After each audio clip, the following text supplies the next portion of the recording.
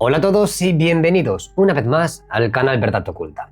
Amigos, mostraré grabaciones. Fijaros en esta de aquí. Esto es en Canarias, una increíble orbe. La podemos analizar y gastar mucho tiempo observando un objeto que surca los cielos.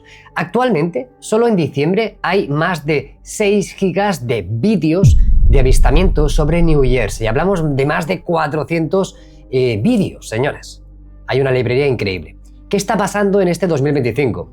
Quiero mostraros en este video programa y vamos a detallar unas conversaciones, unas cartas que se enviaron a Linda Moulton Howe, ya sabéis, esta investigadora, periodista, escritora incluso, en el año 1996, donde citaban el año 2025 como la culminación del contacto extraterrestre. Del 96 a este año. O sea, es algo muy importante e interesante. En estas cartas se habla de dónde salen estas naves nodrizas, qué tipo de vehículos llegan aquí a la Tierra, por qué están llegando, entraremos en el caso de Roswell, los metamateriales o los materiales encontrados, porque cuando se analizan estos materiales son de la Tierra, literalmente, y no son exóticos.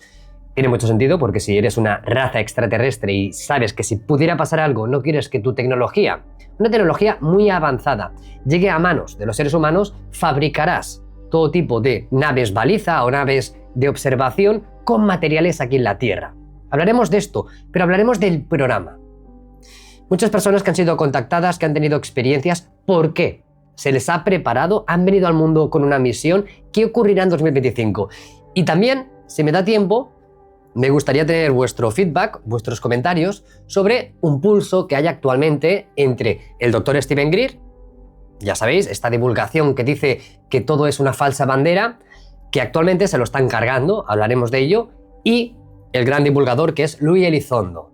Son dos personas que están supuestamente a favor de la divulgación, pero se odian, literalmente. ¿Por qué los dos tienen narrativas diferentes y a quién creéis vosotros? Y también como pregunta abierta, ¿por qué en esto de la investigación OVNI, en lo que es la divulgación, siempre hay bandos? No hay muchas amistades. Al contrario, mucha separación.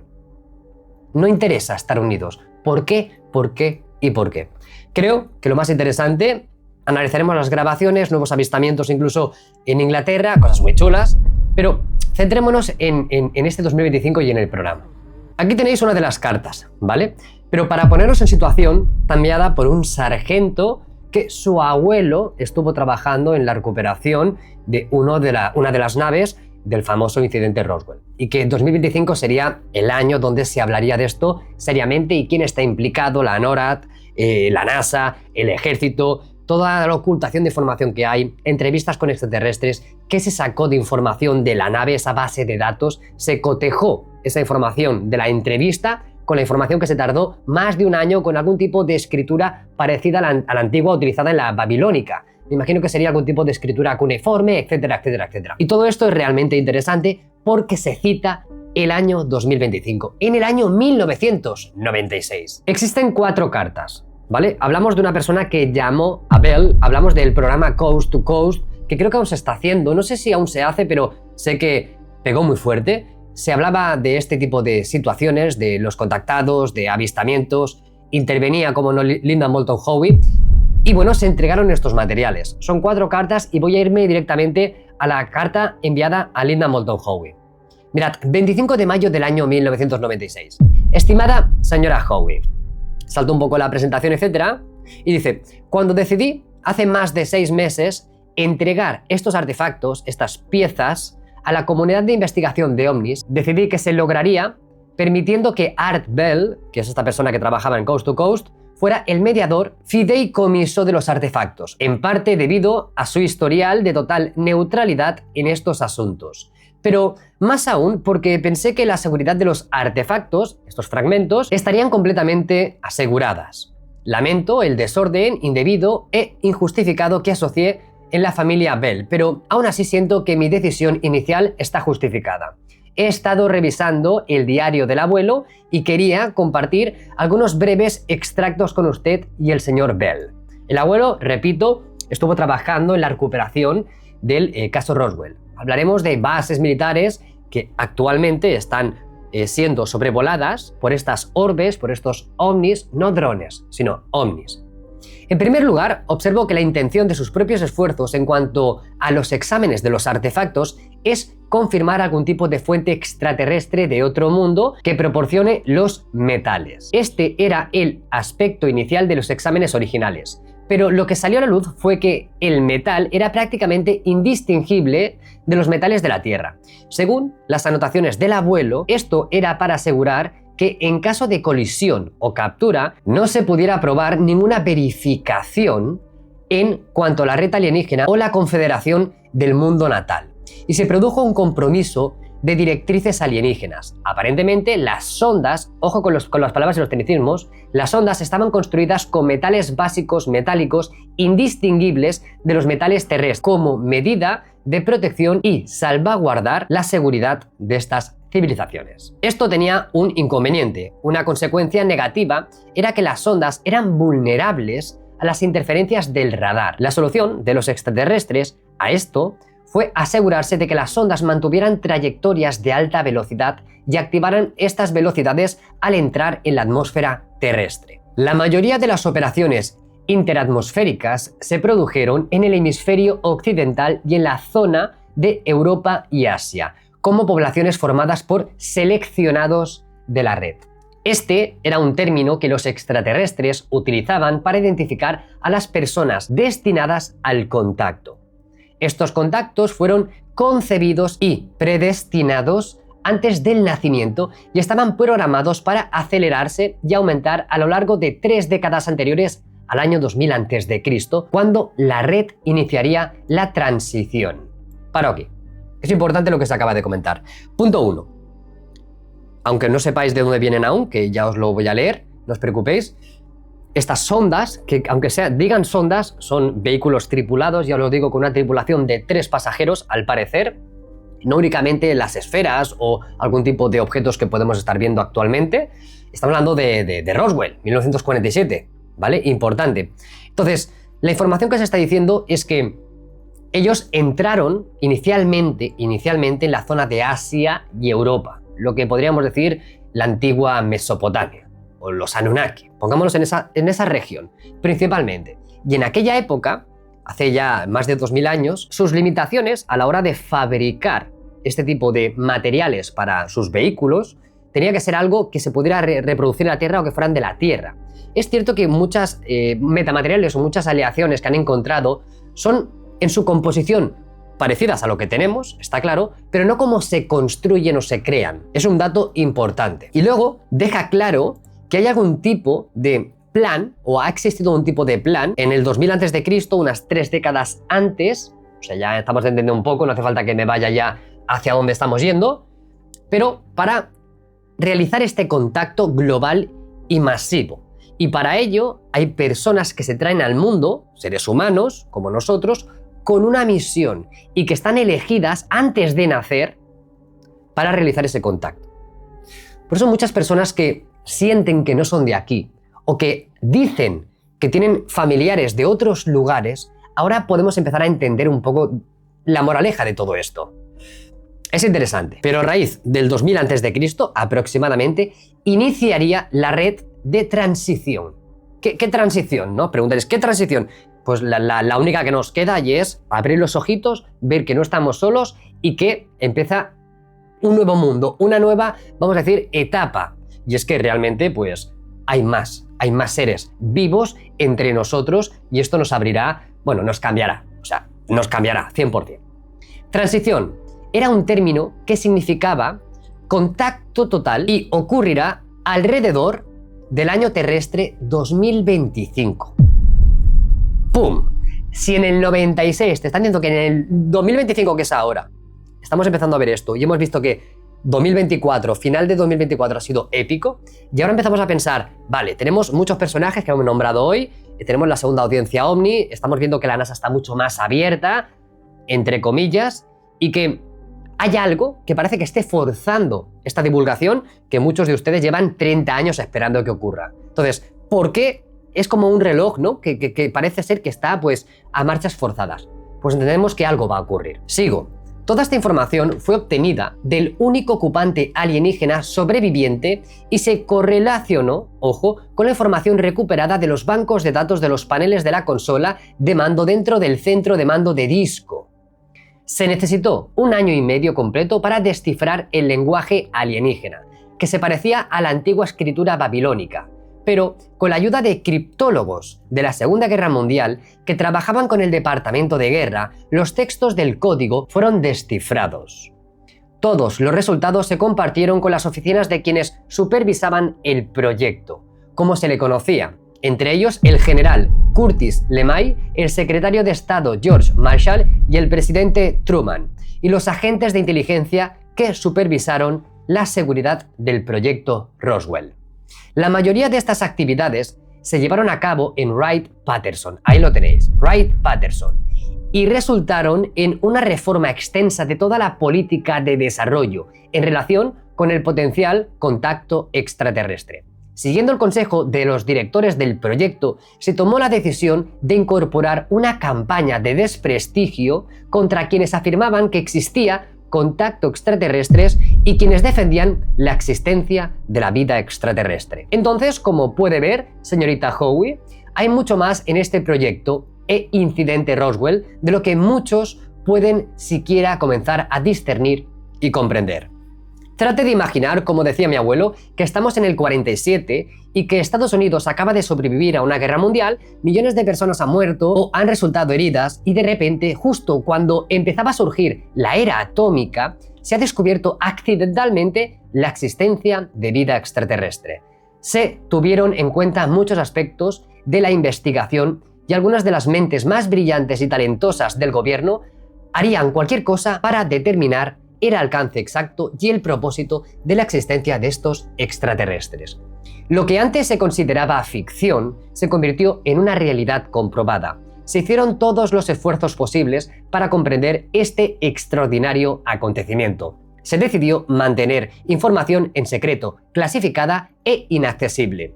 Han pasado casi 50 años y el secreto se ha mantenido, protegido y asegurado constantemente. ¿Por qué? Mi abuelo era uno de los que presionaba para que se divulgara la información. Comprendía que la divulgación de la información podría provocar el caos, algo así como un caos en la civilización. Debido a su preocupación por la seguridad de su familia, cumplió con el juramento de secreto. No fue hasta mediados de los años 60 que habló con alguien del proyecto. Habló con una persona en particular que había prometido confidencialidad y cumplió su promesa. Es posible que usted haya conocido en persona al doctor Allen Hynek. Se acerca el año 2000, es hora de que se revele el secreto Roswell, el peso de la prueba exigirá un veredicto, ese veredicto lo emitirá el pueblo, millones de personas han presenciado el fenómeno ovni durante más de 50 años, prácticamente miles de personas han afirmado haber tenido un contacto con extraterrestres. Lo que ocurrió en Roswell fue un comienzo, no el comienzo del fin de la civilización, como algunos temían si se divulgase la información, sino en realidad el comienzo de los comienzos. Final de la carta. Creo que la transición de la que hablaba mi abuelo está en marcha. Lo que he compartido con Art Bell, con usted y con el mundo entero, se hizo en honor a un caballero tranquilo y valiente que fue testigo de las maravillas de este universo.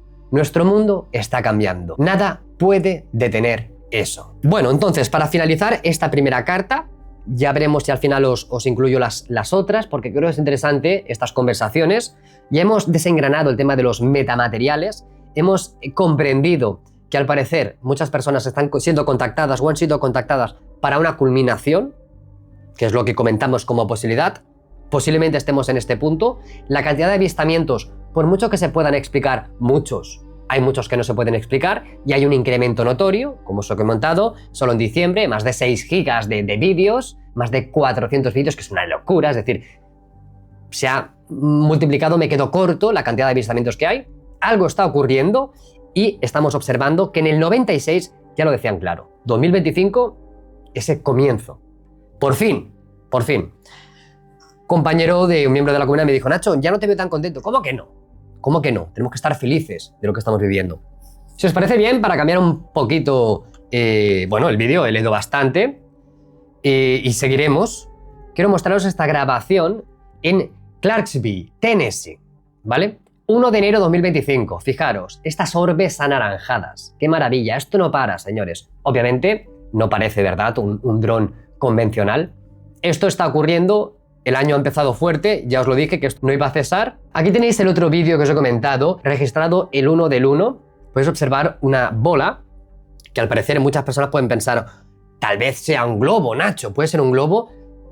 A ver, como posibilidad, lo que está claro que observamos que el globo está muy cerca, luego está hiper lejos, parece que tiene un movimiento totalmente independiente a una corriente de aire. Esto, señores, es en las Islas Canarias, exactamente en Lanzarote, Playa Blanca. Una pareja, al parecer de polacos, turistas que estaban ahí, pues celebrando el final de año, grabaron esto. Es decir, wow. De todos modos, tenemos las 4 grabaciones que realizaron, valen la pena, estáis viendo unos fragmentos. Chulo. Yo lo que os quería comentar como análisis, si os fijáis, os he mejorado un frame, lo estáis observando. Yo inicialmente obviamente solo veo una bola negra, ¿no? Porque es lo que vemos en el vídeo, pero si fuera un globo tradicional, una esfera tan perfecta sería muy complicado, señores. Y ahí lo estáis observando, estas esferas, ¿no? Lo podemos decir es de la clase tipo 3 o las chiquitinas de unos 60 centímetros aproximadamente. Entonces, si nos vamos a Photoshop y selecciono el círculo, fijaros, y lo que voy a hacer es un círculo prácticamente perfecto, lo voy a colocar en el interior y vemos que es una redonda perfecta, ¿vale? Perfecta. Menudo globo, no tiene unas fisuras, que está por atrás, el nudito. Señores, es perfectamente circular. ¡Wow! Chulo. Aquí, en España, Islas Canarias. Comentar que se observó durante 1 hora. Menudo globo. ¿Hacia dónde va? Vuelve y baja y sube. Fijaros, aunque ya os comenté en un vídeo programa anterior que el doctor Steven Greer estaba diciendo va a venir una campaña de desprestigio hacia mi persona muy heavy. He estado buscando información con referencia a Luis Elizondo. Esto no es muy reciente, hace 3 meses que está esta entrevista, la tenéis aquí. Os he buscado, fijaros, esto es del día 17 de septiembre de 2024. Y se le hace una pregunta con referencia al doctor Steven Greer, que por qué le odia tanto. Y aquí prácticamente tenéis la transcripción, pero lo que te está diciendo Luis Elizondo es que no entiende por qué le odia. Y dice que es un desinformador. Y luego Luis Elizondo se excusa diciendo, este hombre no lo conozco, pero este hombre no es quien, ojo, quien hace estos contactos C5, y hay un artículo donde se demuestra que este señor está cobrando entre 2.500 y 3.000 dólares por sesión de CE5, donde se agrupa una cantidad de gente importante, y pagó una avioneta para que soltara unas bengalas. Yo me he quedado flipando. He estado buscando la información, aquí directamente en el vídeo, ya te dan información, te puedes leer el artículo, fijaros, 2015, o sea, y el tema del importe está por aquí también, ¿vale? Ahora os lo encontraré, pero 3.000 dólares. Es como si yo os digo, vamos a hacer una quedada C5, 3.000 dólares, y luego yo alquilo un avión, yo lanzo unas bengalas. Entonces, esto es una campaña de desprestigio. Aquí tienes a Joe Murgia, otro peso pesado, pesín pesado de la divulgación, y te lo dice, ¿no? Voy a traducirlo. Vídeo de Steven Greer, C5, 3.500 dólares, las luces descienden como bengalas, las luces tienen estelas de humo. En definitiva, que la gente estuvo trabajando, fijaros, esta es la grabación que veréis, no sé si la conocéis. Dicen que es una bengala y se observa pues un descenso, ¿no? Y aquí pues la avioneta se cuadran la hora y todo el avistamiento, es decir, que algo hubo allí, ¿no? Entonces, claro, Nacho, ¿qué me estás diciendo? ¿Que el doctor Steven Greer está estafando a la gente? Yo no te voy a decir eso, eso lo ha dicho Luis Elizondo, ¿vale? Entonces tenemos a 2 personas que supuestamente están divulgando la verdad y vemos que hay muchos palos, ¿no? Me gustaría saber cuál es vuestra opinión. ¿A quién queréis? ¿A Luis Elizondo, que estuvo trabajando en un programa de investigación OVNI, que salió, lo escarmentaron, ahora tiene un bestseller o 2 bestsellers, no lo sé, que ha estado en la segunda audiencia OVNI del fenómeno OVNI, que sigue una narrativa oficial, que sí, está muy puesto en las redes sociales, o tenemos al doctor Steven Greer, que es un paria, entre comillas, que sí realizó, creo que en los años 90, una de las mayores ponencias, que al final no llega a ningún lado, con mucha gente, muchos pesos pesados, pero que al final, yo os dije, y estos señores, sin más, que siempre está metido en el trasfondo económico de todo esto. No únicamente lo positivo, sino lo económico. Y estamos observando que sí. Entonces, me gustaría saber cuál es vuestra opinión. ¿La falsa bandera o la divulgación oficial que estamos observando? Y toda la lucha que hay. Nacho, ¿crees que es normal el tema de las luchas aquí en todo el tema de la ufología? Sí, os digo, sí. Sí. Es muy difícil llevarte bien con todo el mundo, por mucho que lo intentes y por muy claro que hables. Por desgracia, en este mundo, ya os dije, esto es peor que la política. 100%, ¿no? Sin contar todas las demás piezas de la divulgación. Pero ¿hacia dónde vamos, no? ¿Hacia dónde vamos? Si os parece bien, me gustaría escuchar vuestros comentarios, leerlos, sobre qué opináis vosotros. Yo os he puesto un poco la información sobre la mesa. Me voy a ir a la primera carta de esta información, retomando lo que es el contacto y en sí el grosso del programa, el 10 de abril del año 96. Esta carta la envió este sargento, Art Bell, quien llevaba el programa de Coast to Coast, muy famoso.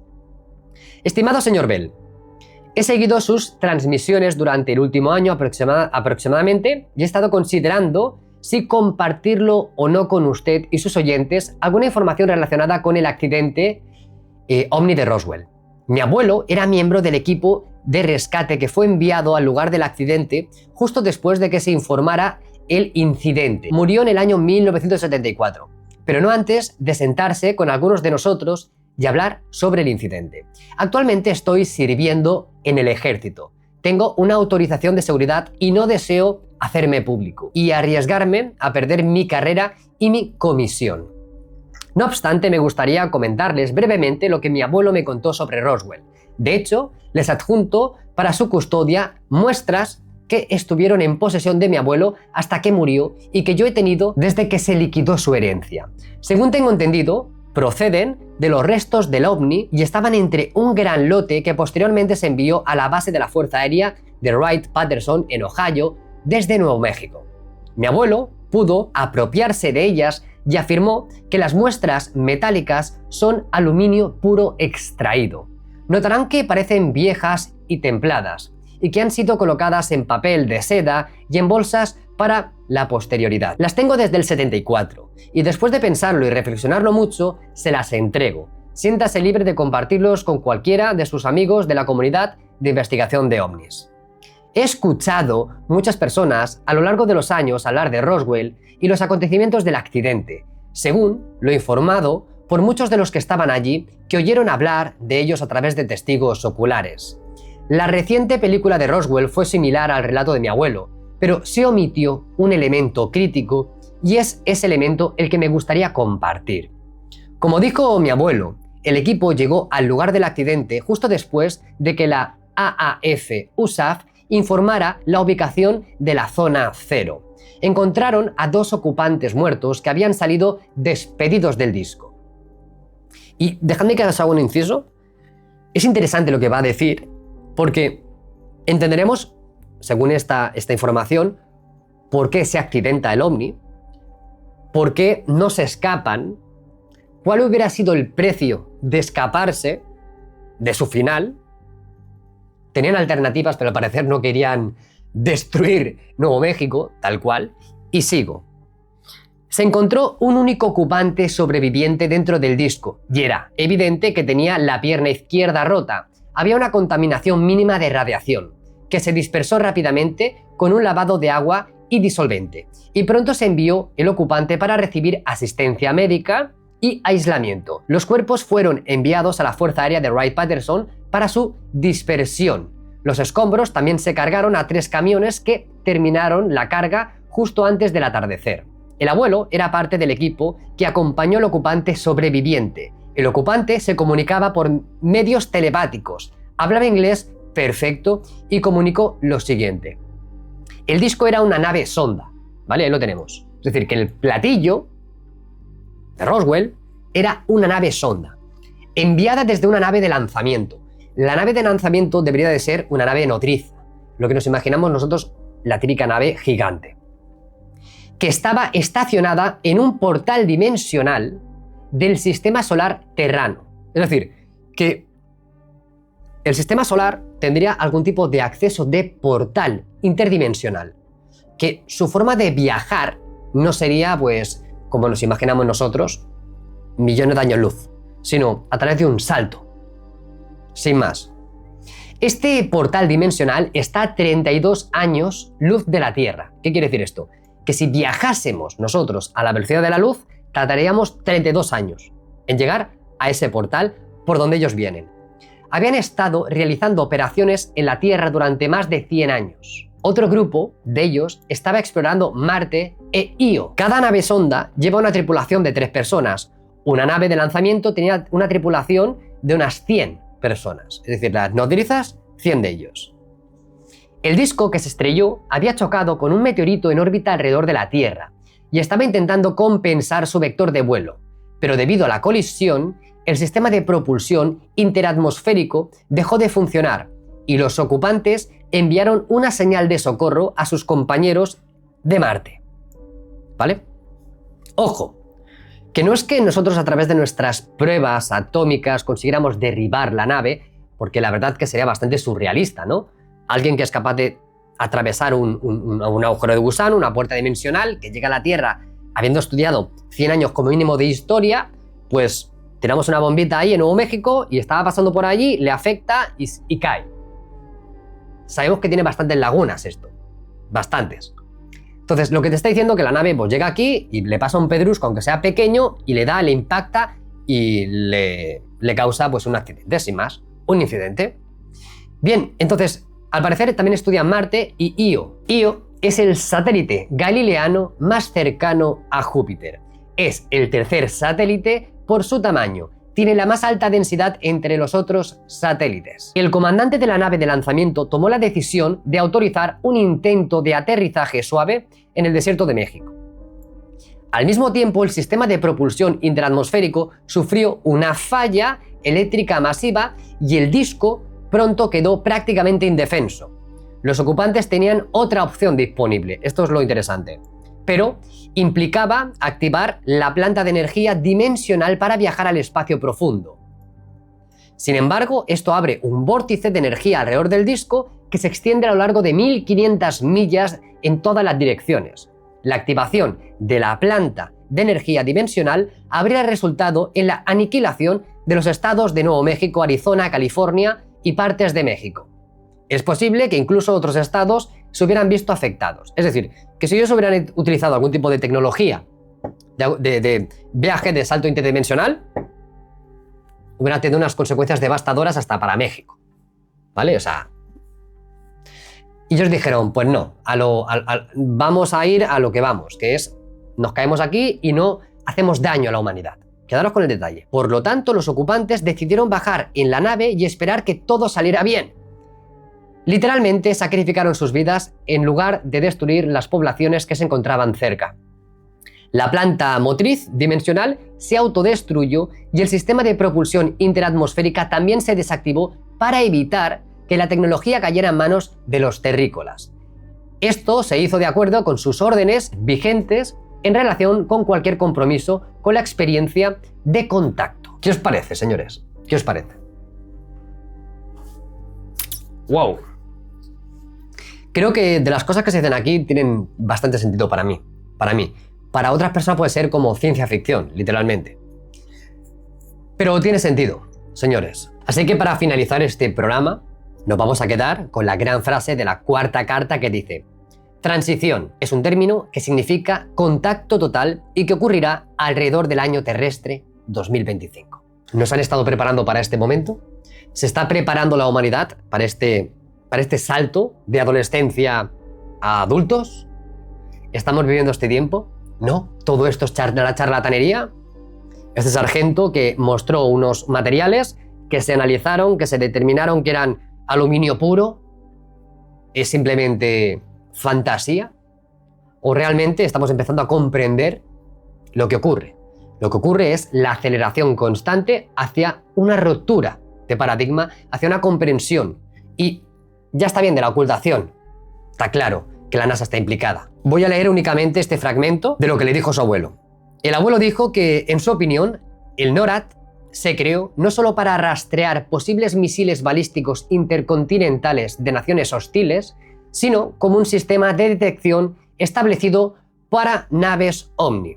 Por eso, la agencia espacial NASA se ha incorporado, entre comillas, en gran medida a nuestras Fuerzas Armadas y hay tantas misiones clasificadas. ¿Qué decís, señores? ¿Que nos ocultan información? Una poquita, estoy convencido. A esto le vamos a sumar el proyecto Inmaculada Constelación. Señores, espero que os haya gustado el vídeo programa de hoy. Es información importante. Veamos qué más información rastreamos y encontramos sobre esta fecha que vivimos, 2025. Y no es que sean profecías, estilo Nostradamus, Baba Vanga, Chico Xavier, sino estamos observando cartas que se enviaron a investigadores cuando estaba el gran boom de toda la información ovni, que estamos viendo esta culminación. ¿Hacia dónde vamos, señores? No sé hacia dónde vamos, pero estaremos juntos ante lo que venga. Espero que os haya gustado el vídeo, programa, y nos vemos en el siguiente. Amigos, me despido.